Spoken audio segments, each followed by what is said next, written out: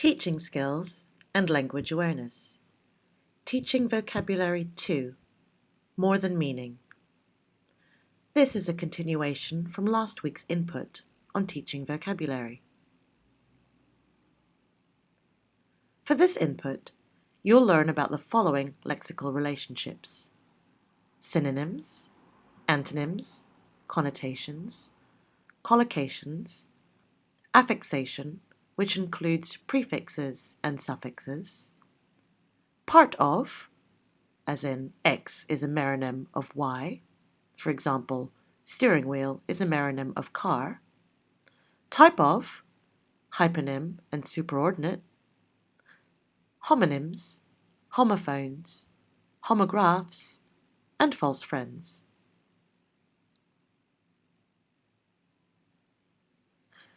The first task you should do with your group is exercise A. What are the opposites of these adjectives? Dry, strong, rough, thick, hard. Pause the video and do this quickly with your partner or group.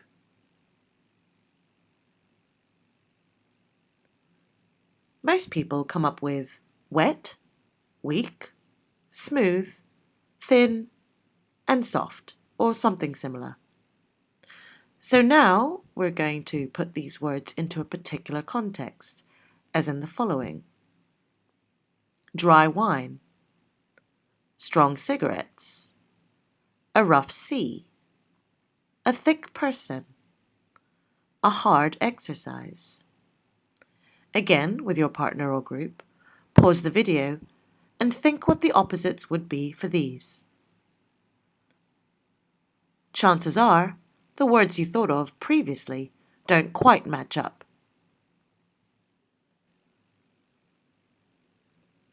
So what does this tell us about the common practice of teaching opposites? Well, hopefully by now you're developing an awareness of how to teach or not to teach opposites.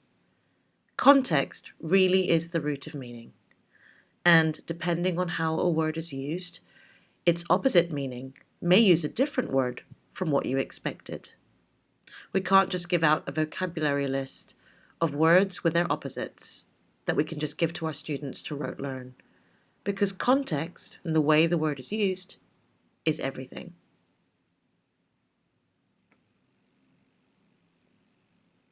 Moving on to task B, which is about collocations.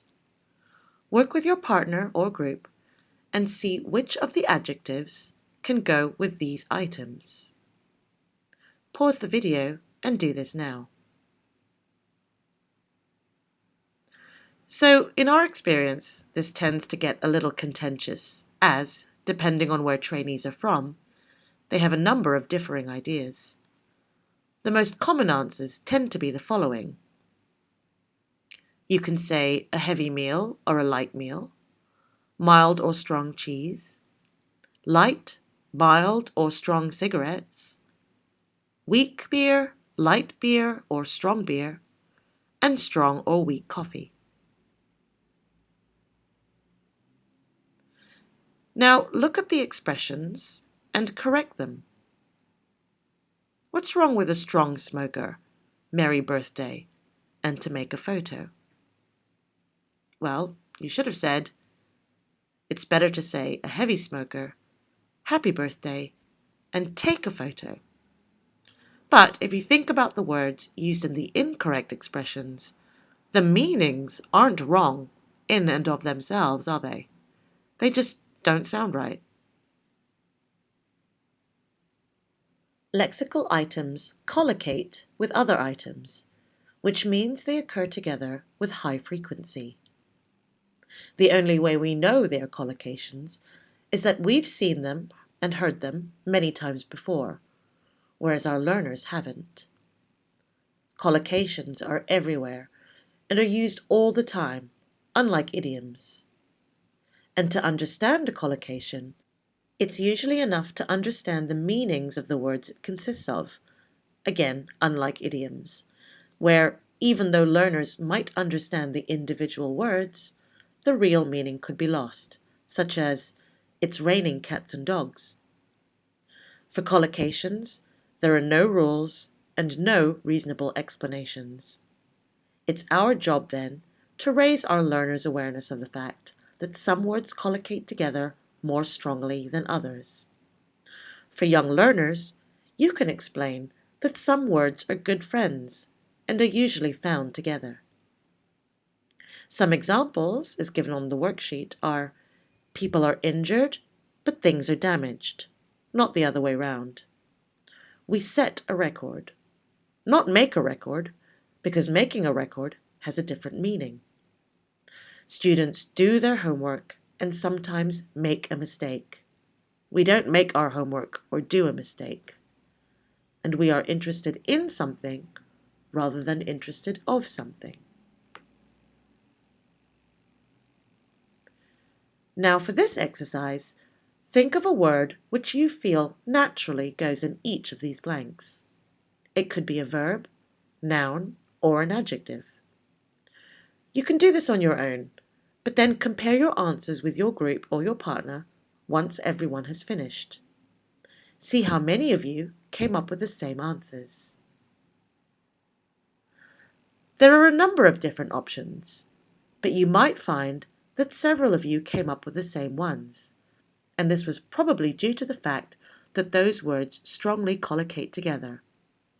Some suggested answers are being displayed now.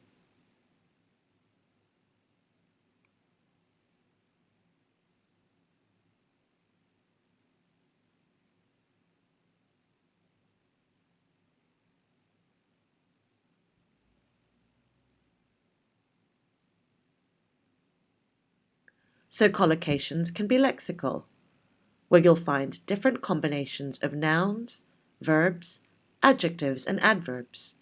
For example, come to an agreement, reject an appeal, strong tea, alarms go off, a swarm of bees, deeply absorbed, affect deeply. Whereas grammatical collocations are usually a phrase consisting of a dominant word, a noun, an adjective, or a verb, and a preposition or a grammatical structure such as an infinitive or clause. For example, blockade against, a pleasure to do, an agreement that, by accident, angry that, and necessary to do.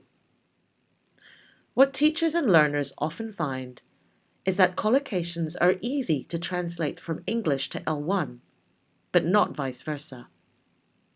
If learners use a wrong collocation, it doesn't necessarily cause a communication breakdown. It might just sound foreign, unusual, or funny. Now look at the next task, task C on your task sheet, to do with synonyms. Put the words on the screen and on your task sheet in order from poorest to richest. Pause the video and do this with your group now.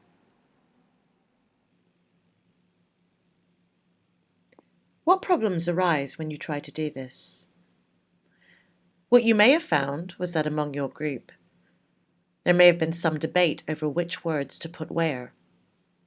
The reason for this is that while there are varying associations with the level of wealth or poorness attached to each word, you'll have encountered some words that had similar meanings, but weren't exactly the same. Perhaps it was difficult to place wealthy and loaded. You may have felt that the two words had very similar meanings, but that the main difference was that their register was different. Wealthy is a more formal word than loaded. Skint and broke are more informal ways of saying poor or destitute. You should be aware that these shades of meaning, these nuances of language, are brought out by carefully attending to the contextual features. As you'll discover in this input, lexical relationships are not always black and white, with one clear meaning attached to one lexical item.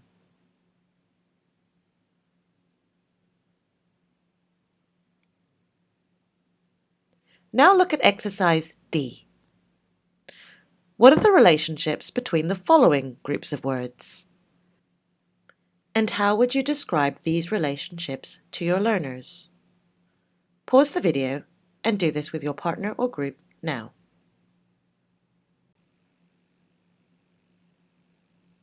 And here are the answers, which you can also find on page 5. So number 1, the relationship between the words here is that one word is part of a whole. So wing is part of a bird, finger is part of a hand, etc. The term for this is meronymy, as in wing is a meronym of bird. But you don't need to use this term. It's just for your reference. It's fine to say wing is part of a bird. 2, the relationship here is that a hammer is a kind of tool, a sparrow is a kind of bird, chair is a type of furniture. A hammer would be a hyponym of the superordinate tool. But again, these terms are just for your reference. It's enough to say a kind of. Number 3, famous versus notorious, brainy versus geek. This is to do with connotation. So one word has a positive association and the other a more negative one. For number 4, you have pairs of words where the spelling is the same and the pronunciation is the same. However, the meanings are different, as well as the parts of speech. These are called homonyms, where they have the same name. Number 5, horse and horse, tail and tail, aloud, aloud. So these words have the same pronunciation or the same sound, but different spellings and different meanings. Number 6, windy versus windy, lead versus led, and live versus live. These words are homographs.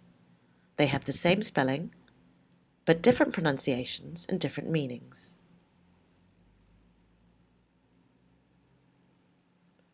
Let's look at affixation now. You can work with your partner or group again, as this will help you to complete this task faster. On page 3 of your task sheet in exercise E, match the prefix with the meaning, and with your partner or group, come up with some further examples. Pause the video and do this now. So here are the answers. There's also the answer key on page 5, which you can check later. Now for page 4, work in pairs or your group to identify the suffixes used to create new word classes or meanings and generate more examples. Pause the video and do this now. Then, try to answer the last questions related to prefixes and suffixes on pages 3 and 4. How does awareness of prefixes and how does awareness of suffixes help our learners? Think very carefully about these 2 questions and discuss this with your partner or group. Think about what a prefix does to change the word. Think about what a suffix does to change the word. Pause the video and discuss this now.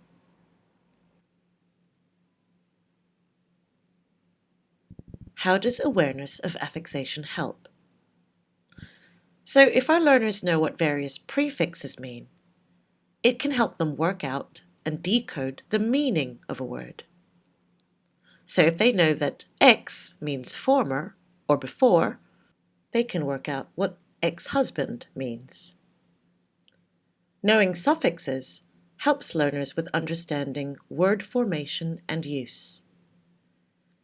If, for example, they see a word ending in ly and they recognize the word it is attached to is an adjective, they can guess that this kind of word is an adverb.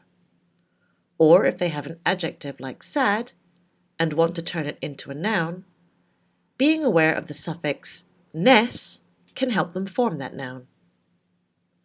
Raising awareness helps them out with general rules, which are incredibly helpful, even though, of course, they are bound to encounter exceptions, and they won't always get it right.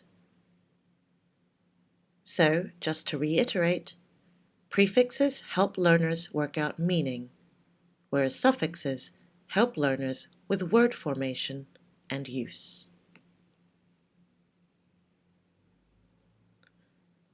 Learners may also encounter false friends. These are words that appear to be equivalent based on their L1, but whose meanings do not in fact correspond. Some examples are given here. Some learners may think that the word actually means at present or currently. They might think that the word chef means boss, or that the word history means story, or that strong means spicy. Knowing whether learners have used false friends may require some knowledge of their L1, which not all teachers may have, but useful to know as a possible reason why learners may confuse words' meanings. Depending on the word, there are many aspects of its meaning, form, and usage that you may need to teach so that the students know them well enough to use them with confidence. On this slide, and on exercise F of your task sheet, are utterances by learners which show a lack of knowledge of critical aspects of the word in question. Match the learner errors with the category of error. For example, question 1. There was strong rain and a heavy wind. While comprehensible, the learner does not know that in English we don't say this, and instead say strong wind and heavy rain. The issue here is collocation, and the fact that he or she has used the incorrect ones. Pause the video and try number 2 to number 12 with your partner or group. So here are the answers. Number 2. He looks great now, really skinny. This is an issue with connotation. We're trying to say that he looks great, but we've used a word, skinny, which has a more negative association. Number 3. She's an economist. The learners probably used the word economics as a basis for that pronunciation, but it's actually incorrect. So it's a word stress issue. Number 4. You can tell they're unhappy. They row all the time. So it shouldn't be row, it should be row. So it's a pronunciation issue. Number 5. I'm feeling really gay today. So this is an archaic use of the word gay. Number 6. Would you like to come back to my centrally located property? The register's a little bit off here. It's more likely something you'd read in a real estate brochure as opposed to something you'd say. Number 7. I find you very attractable. This is a word form or affixation error where the learner has used the wrong suffix. Number 8.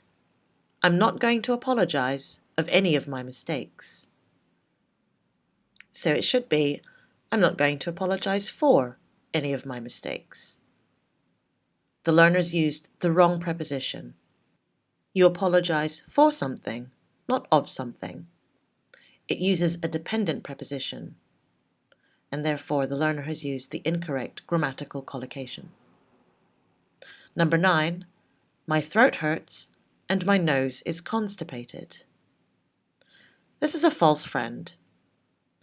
It does require some knowledge of the speaker's L1, in this case Spanish, when he tries to say that he has a tremendous cold, not that his nose suffers from constipation.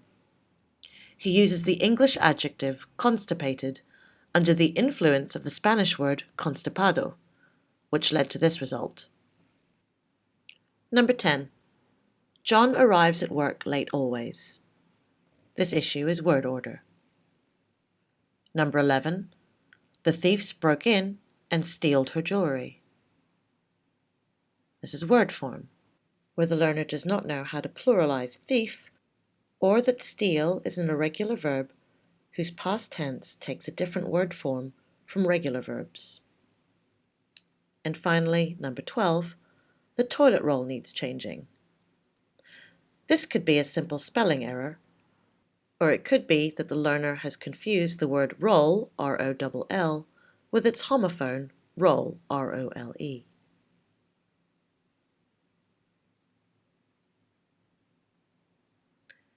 So to sum up, in this input, you focused on a number of lexical relationships and their terms, and how on some occasions it may be necessary to teach more than just the meaning of any given lexical item. You've looked at synonyms, antonyms, collocations, affixation, false friends, and other lexical relationships, as well as common learner errors related to vocabulary. Test and be tested by your colleagues on these from time to time, and be sure you can come up with some examples. And once again, remind yourselves, how does awareness of prefixes and suffixes help learners? It's important to consider the contextual features of vocabulary when teaching their meanings, as words can have shades of meaning that are not entirely evident when you look at them in isolation. So moving forward, focus on how you might teach or clarify vocabulary in your next lesson. Use the information in this input and plan carefully. You're going to discuss this input in the next OT. Organize your notes, highlight key information, concepts and terms you've learned, prepare any questions or comments that you want to raise with the OT group, and make some notes of any insights you want to share. Thanks for watching, and see you at the next OT.